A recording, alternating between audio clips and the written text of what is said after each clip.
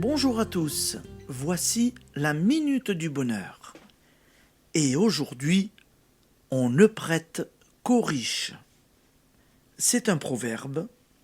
Il confirme l'une des phrases de l'Évangile qu'il semble les plus difficiles à comprendre. À celui qui a, il sera tout donné. À celui qui n'a rien, il sera tout ôté. Est-il possible que Dieu et les hommes soient ainsi d'accord dans l'injustice? C'est qu'il n'y a point là d'injustice, mais application d'une loi de la pensée. Car vous en savez maintenant assez pour comprendre que ce n'est pas en nous lamentant sur ceux qui nous manquent que nous parviendrons à la prospérité, ni en ressassant nos amertumes que nous connaîtrons la joie. Pour être traités par la vie ainsi que ces riches à qui l'on prête, ces possédants à qui l'on donne, dénombrez ceux qui vous appartiennent et remerciez la puissance créatrice de ses bienfaits. En effet, même si l'argent vous manque, ne possédez-vous pas soit la santé, soit l'intelligence, la gaieté, la tendresse d'un être humain, de beaux dons que vous n'appréciez point, tant ils vous semblent naturels, tandis que vous songez constamment à ce qui vous fait défaut?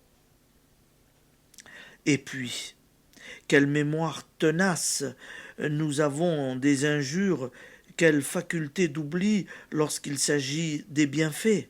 Si vous faites le recensement de vos ressentiments en même temps que celui de votre gratitude, il y a un contresens à parier que vos rancœurs vous reviendront immédiatement à l'esprit, tandis qu'il vous faudra secouer, bien descendre pour vous rappeler le bien qu'on vous a fait. Nous sommes ingrats envers les gens et envers la vie. C'est pourquoi nous sommes tristes, mécontents, et que rien nous réussit.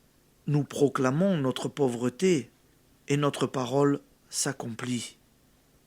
Cessez de vous nuire ainsi, rendez grâce pour ce que vous avez, et toutes les richesses morales, physiques, matérielles, spirituelles, sentimentales viendront à vous.